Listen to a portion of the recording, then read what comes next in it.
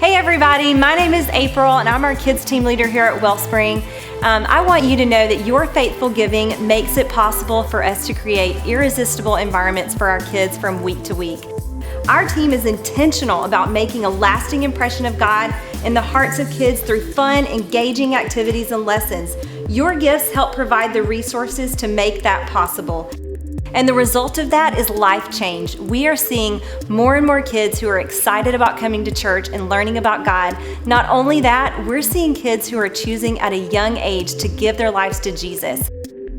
Thank you for making that possible. Thank you for giving so that we can provide the resources to keep creating a fun, exciting place for kids to come and learn about Jesus. I am so glad to be here with you guys today. As I said, I have the privilege of leading our kids team. Every time I get the opportunity, I love to just take a second and honor our volunteers who serve in our kids ministry.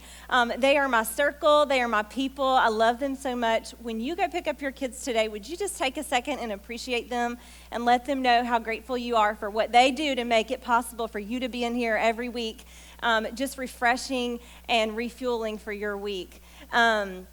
On top of leading our kids ministry here at Wellspring, I'm also a wife and a mom.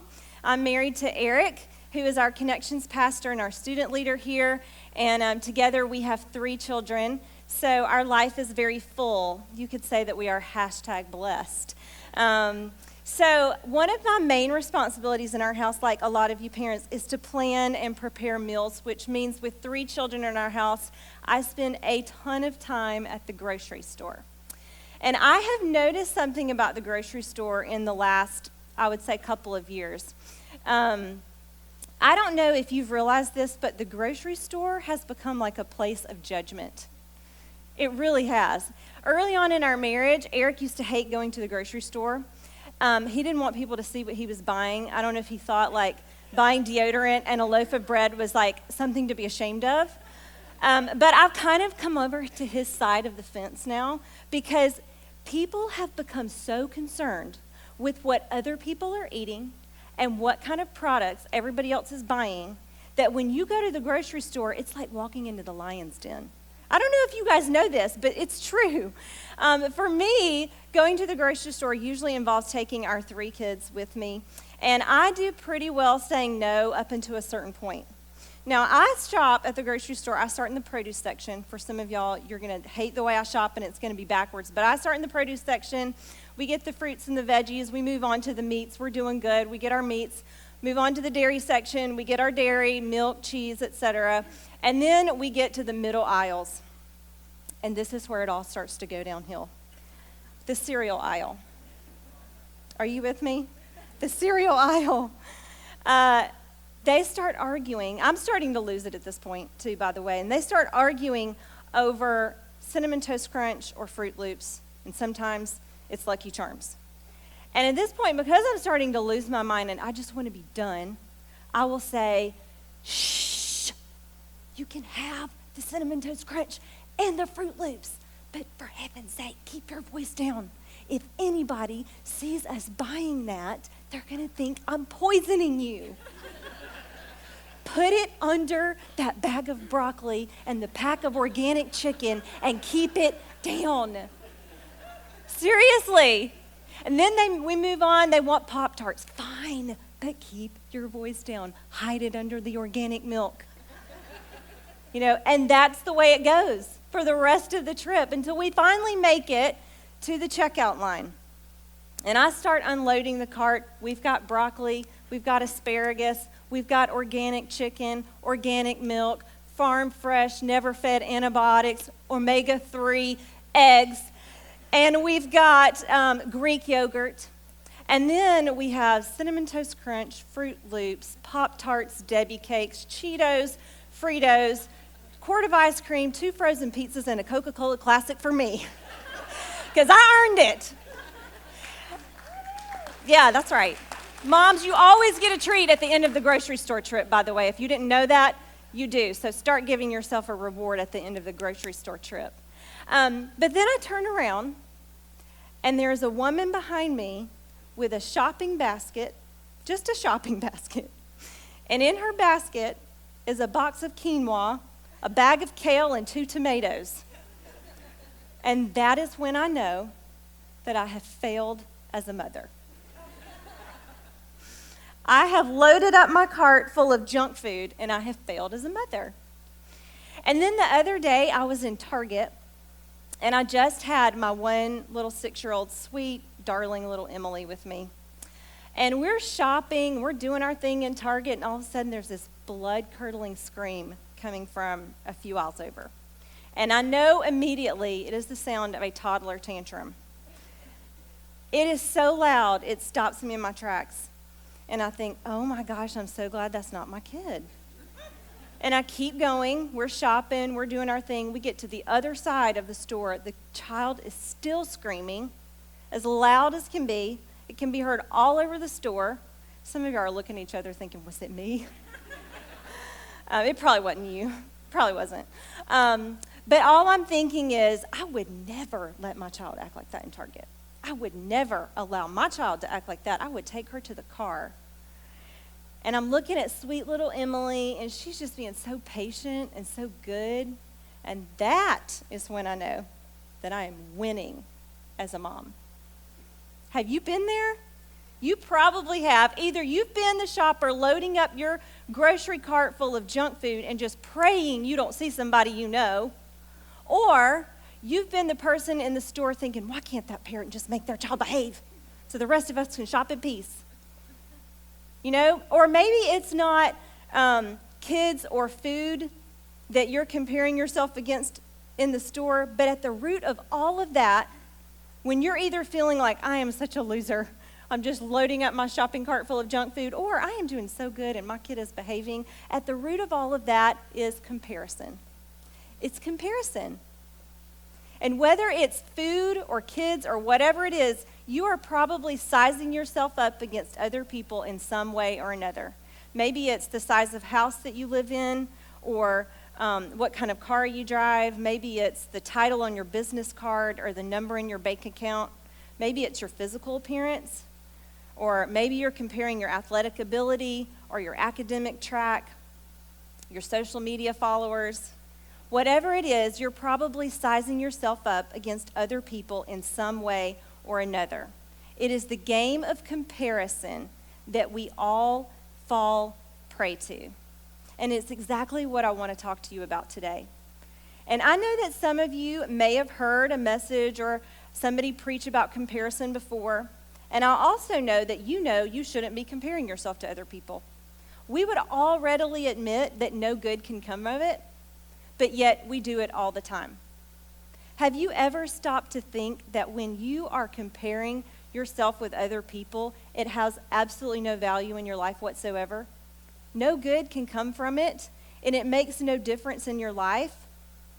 But we are constantly looking at outside comparables and determining how we measure up based on what clothes we wear or what car we drive or what toys you have stored in your garage or what job you have.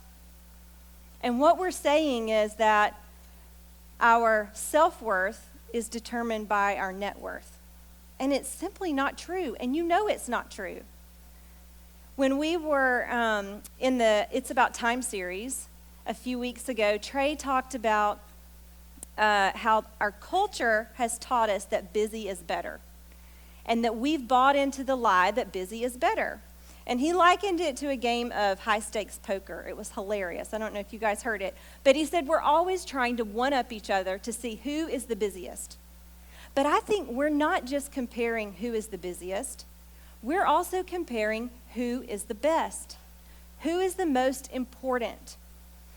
We all want our life to be valuable. We want to be important. We want our days to count, and we want to know that we matter. And there's absolutely nothing wrong with that. You should want your life to matter. I do too. But the problem is that in our quest to build a meaningful life, we can get caught up in this vicious cycle of comparing our life to other people. And if you really stop to think about it, comparing is competing.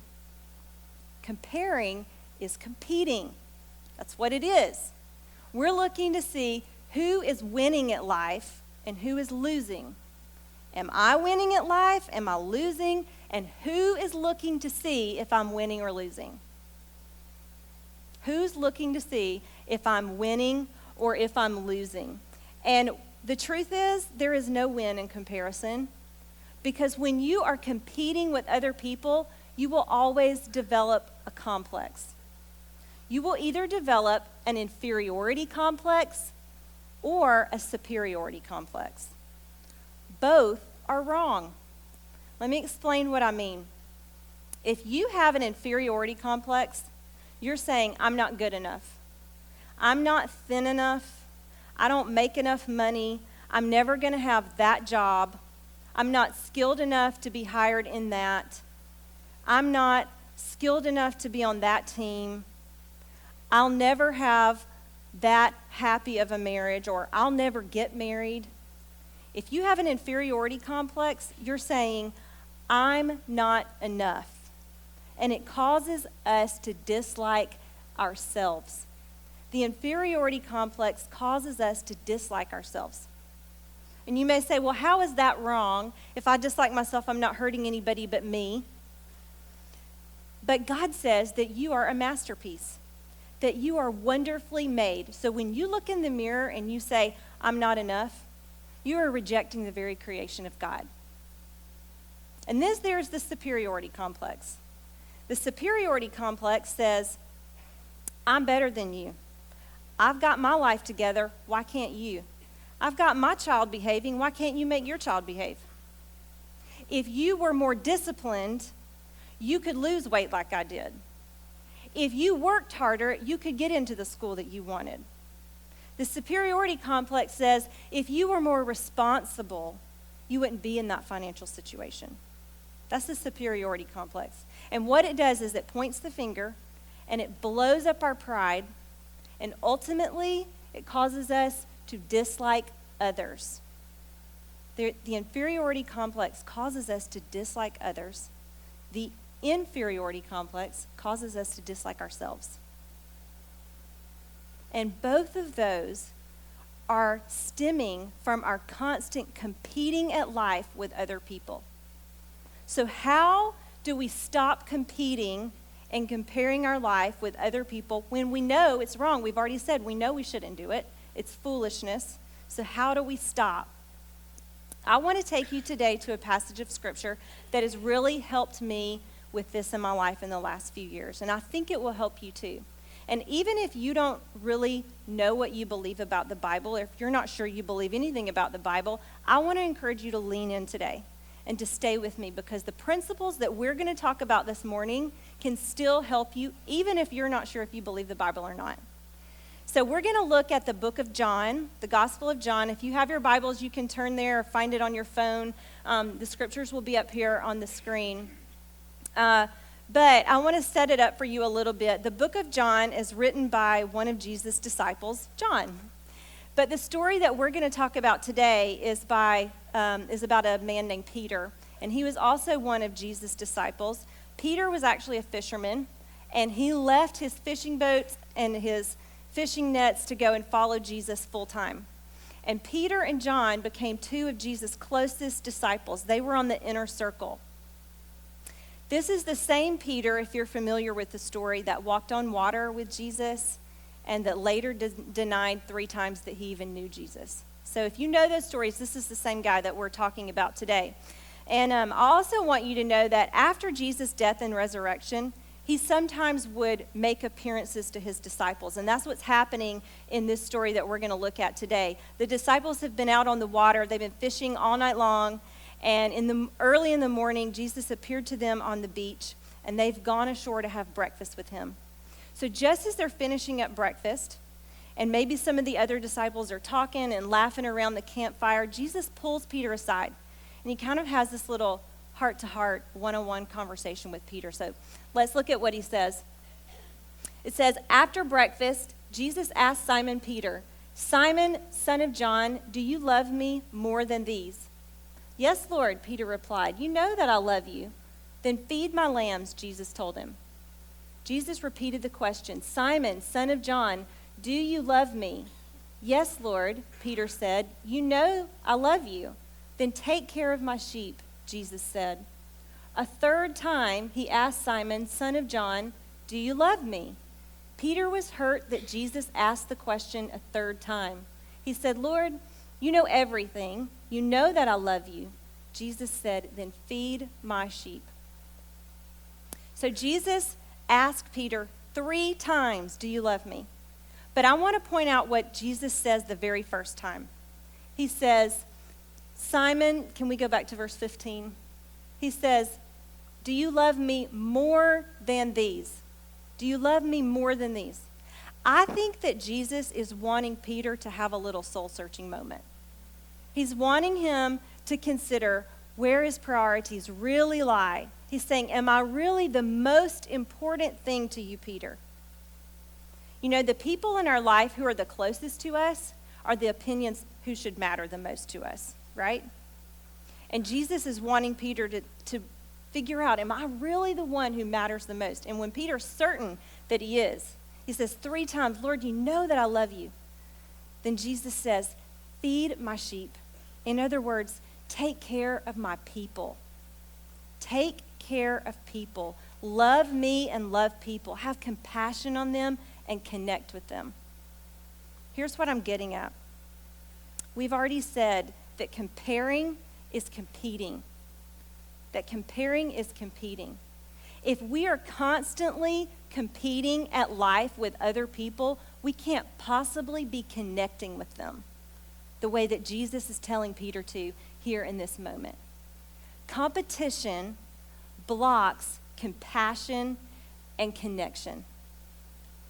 When we are competing with people, we cannot possibly be having compassion on them and connecting with them the way that Jesus wants us to. When you are competing with people, if you have an inferiority complex, you are withdrawing yourself from people. You are going to say, I don't fit in, they don't like me, they're not going to invite me anyway, they're not going to hire me anyway. And so you withdraw. And you let your fear of connection keep you from connection. You let the fear of rejection keep you from connection. That's the inferiority complex. You know, when I was in college, I had a hard time connecting with people for a little while. I transferred to Auburn University, War Eagle, as a sophomore, and I was already dating Eric, but he had already been there a year ahead of me, and he was already connected to people. He already had a church and a circle of friends, and I really didn't know anybody much other than him. And I made some acquaintances, but nobody that I really was connecting with. And there was this one girl at our church who seemed pretty genuine, but she was the cool girl. She was the cool girl. She was in a sorority, and I was not. She was single, and I was not. She knew everybody, and I knew no one. And she was a runner, and I was not. I was not. And we just didn't really have anything in common. But I finally got up the courage to ask her if she wanted to hang out with me. And do you know, she became one of my closest friends in college. And what I learned about her was that she felt just as inferior and insecure as I did. She just knew how to cover it up better than me. But if I hadn't stopped competing, I would have never connected with her. And she became really a providential relationship in my life, a very important friend to me down the road. Don't let your fear of rejection keep you from connecting with people. You know, Jesus, this is kind of a side note, but Jesus was the Son of God. But to everybody else, he was just a reject. He was just a Jew. He was just a carpenter. He was just born in a stable. But if he had not reached out and connected with us because of who he was to society, imagine what we would be missing out on. Somebody may not even know how much they need you to connect with them in their life. So don't let your fear of rejection and your inferiority complex keep you from connecting with people. Or maybe you're here today and you would say, I'm not really on the side of inferiority complex. Maybe you have a superiority complex. I mean, you probably wouldn't call it that, but that's what it is. You look at other people and you feel like you're somehow better than they are. You say, I've got my life together, why can't you? You shake your head in silent disgust, really? And you think, why can't you be more like me? But maybe if we could stop competing and have compassion on people and understanding with people, we could see that maybe they're just in a bad place in their life right now. Maybe they've been through a tragedy that's put their life on hold for a little bit. Maybe they have made some really poor choices and they're living with the consequences. But I bet you've made some poor choices before too. What if we could stop competing and have compassion on people and try asking ourselves, have I ever had bad habits that I wrestled with? Have I ever felt lonely? Have I ever felt stuck? Have I ever been stuck in the grocery store with a screaming child? Have I ever loaded up my junk food, my cart full of junk food, and prayed I didn't see somebody I know? We all know what it feels like to go through a difficult time. So maybe instead of competing with people, we could have compassion on people the way that Jesus had compassion on us and reached out to connect with us. I want to keep going to the next part of this passage because there's so much more that we can learn. But I want you to remember that competition blocks compassion and connection. Competition blocks compassion and connection.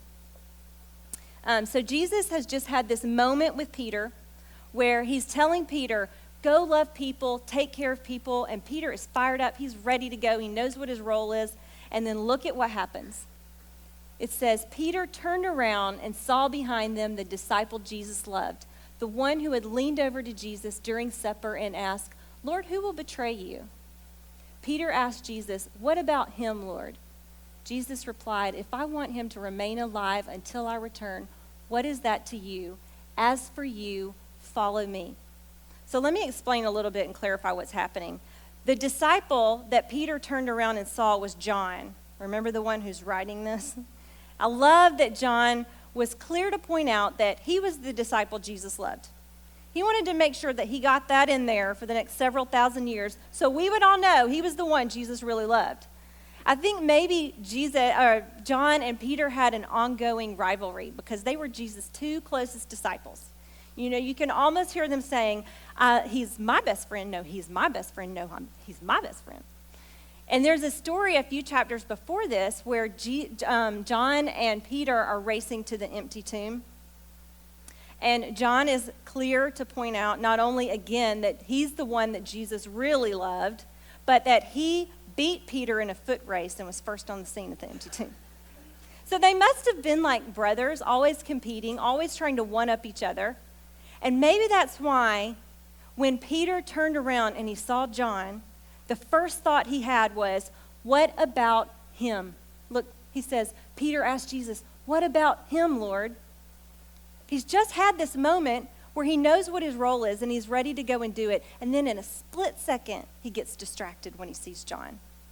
And he wants to know, what about him? What are you going to tell him to do, God? What are you going to tell John to do? What's his role going to be? Is he going to be more important than me? Isn't that what we've been talking about all morning?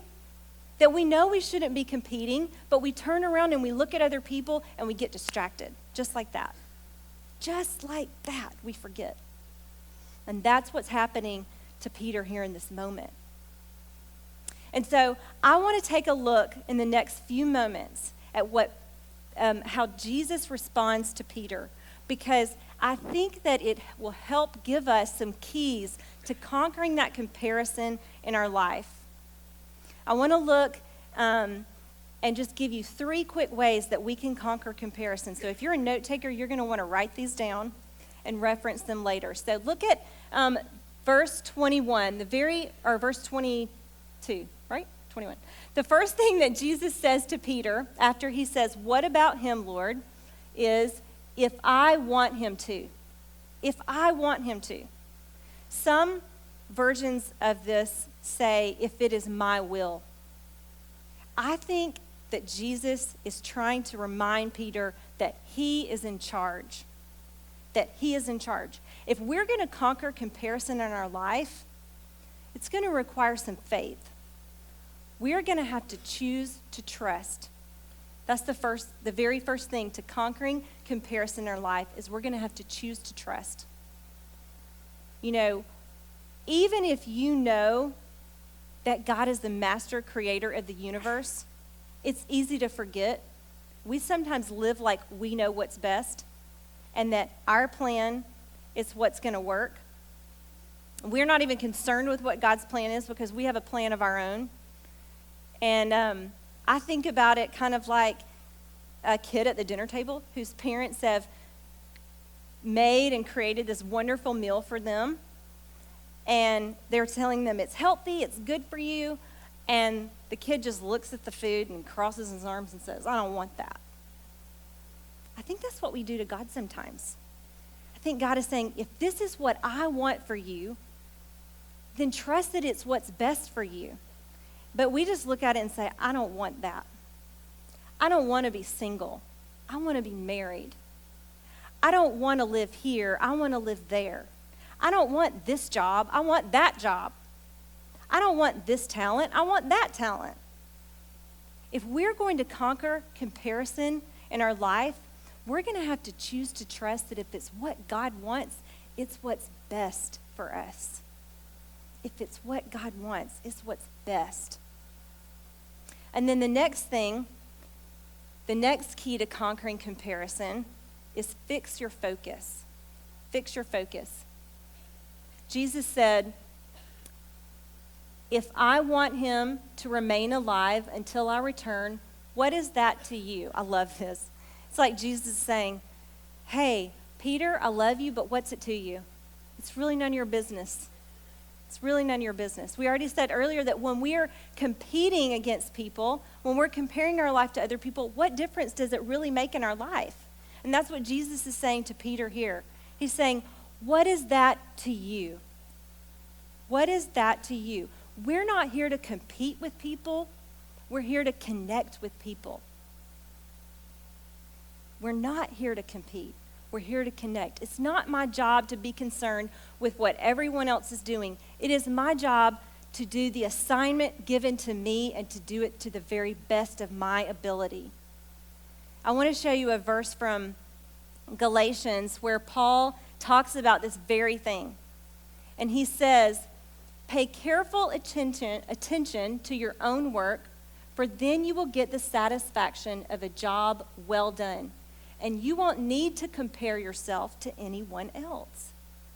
He says, if you're doing what you know you're assigned to do, what your task is, you won't have to worry about what everybody else is doing. If you're doing your task to the very best of your ability, rest in that and leave the rest of it to me. Leave the rest of it to God. I have a confession to make to you. As I was preparing for this message today, I had a really hard time. I wrestled with what I wanted to say today. I knew the message that God had put in my heart. But as you know, well, first let me tell you, anybody who teaches from this stage has wrestled with the topic at hand. And as you know, our pastor, Trey Kelly, is a gifted and brilliant communicator, is he not? And I am standing here on this stage today, on his stage, and I want to honor him with that responsibility. So as I was trying to write this message, I kept thinking, how would Trey say that? How would Trey communicate this?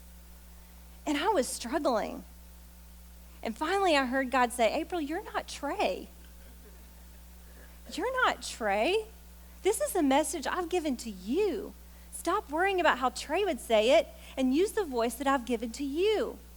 And I was like, oh, okay, I get it now. What if we could all just fix our focus on the assignment given to us and do it to the best of our ability? Imagine if we could put aside competition and go out into the community and stay focused on the role given to each of us.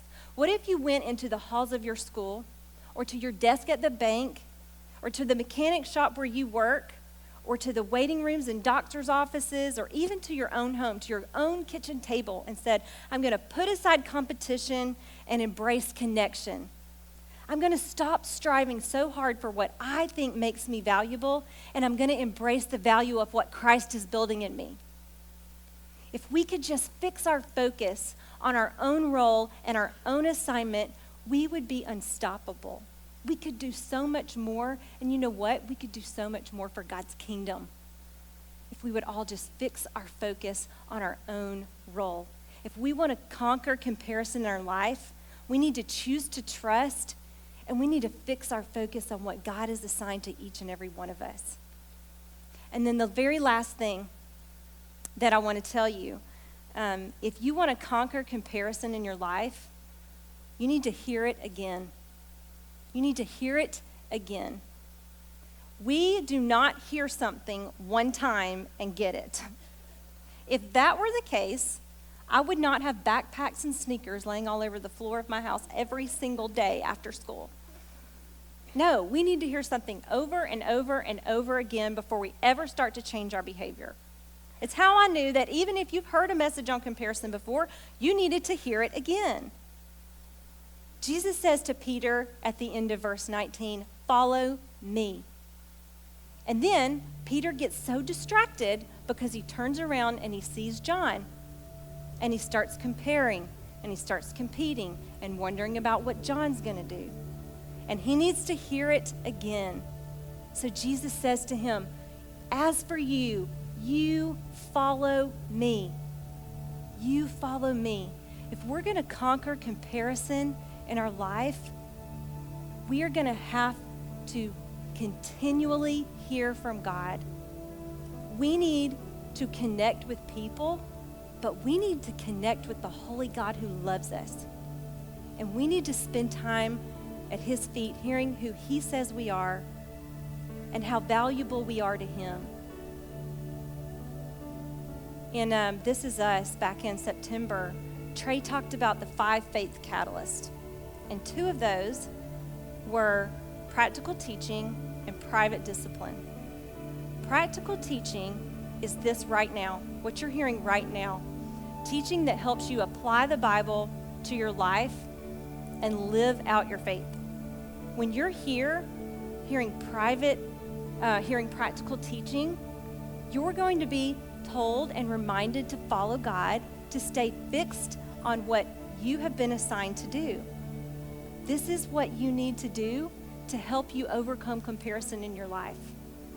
So you're doing it right now, but maybe you need to go back and hear this message again later, and again next week, and again next week, until you start to get it, because we need to hear things over and over and over. And then the other one is private discipline. The practice and the discipline of spending time alone with God. I heard somebody say one time that being around the things of God can never substitute for being alone with God.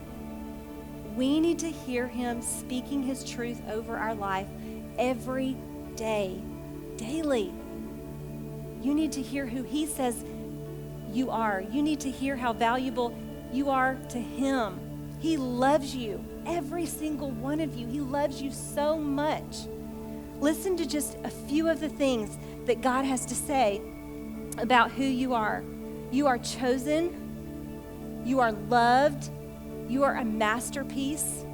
You are forgiven. You are redeemed. You are free. You are redeemed. You are free. Do you hear that? You are royalty. You have a purpose. You have a calling. You have an inheritance in heaven. You need to keep going back to the feet of Jesus daily and hearing him say again and again and again how valuable you are to him. I do.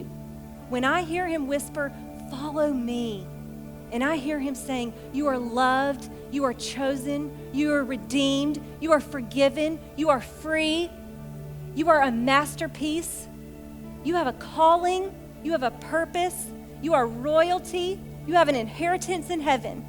When I hear him saying that to me, I can choose to trust him because I know how much he loves me.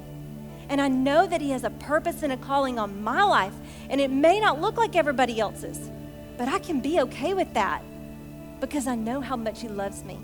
And I can trust that if it's what he says, then it's what's best for me. If we want to conquer comparison in our life, we need to choose to trust, and we need to fix our focus on our role, on our assignment. And don't worry about what everybody else is doing. Don't worry about what their assignment is. God has a purpose and a calling for your life, and it may not look like everybody else's. But if we can put aside competition and embrace connection, he can use you for the purpose that he's intended you for. He can use you for the purpose that he's intended you for when you will stop competing and embrace connection, connecting with other people, loving people, and having compassion on them. That's what he wants to do through you and in your life, if you will let him. So here's what I want you to do today. As you go home this week, I want you to look at these keys to conquering comparison. And I want you to choose to trust that God has a plan for your life, and that is what's best. It is what's best. And I want you to fix your focus on your assignment. Be okay with the role that God has given to you. Look at what's in front of you and commit to doing it to the very best of your ability, and allow him to use you in that role. And know that when you do that, he's going to be able to do so much more through you. And then hear it again. Spend time talking to God, reading his word, listening to him, listening to who he says you are to him. Maybe you need to go back and listen to this again, but hear it again and again and again, that God loves you, that you are chosen, and that he has a purpose for your life. Let me pray for you. God, we love you so much. Thank you for choosing us. Thank you for loving us. Thank you for having a purpose and a calling for each and every one of us. And even though it may look completely different than everybody else around us, I pray that we would be okay with that, and that we would know that you are in charge and that you know what's best. God, help us to put aside competition and embrace connection, to love people, to be less concerned with pleasing people and more concerned with serving people the way that you've come to serve us and to love us. We want to connect with people and allow you to use us in other people's lives. In Jesus' name.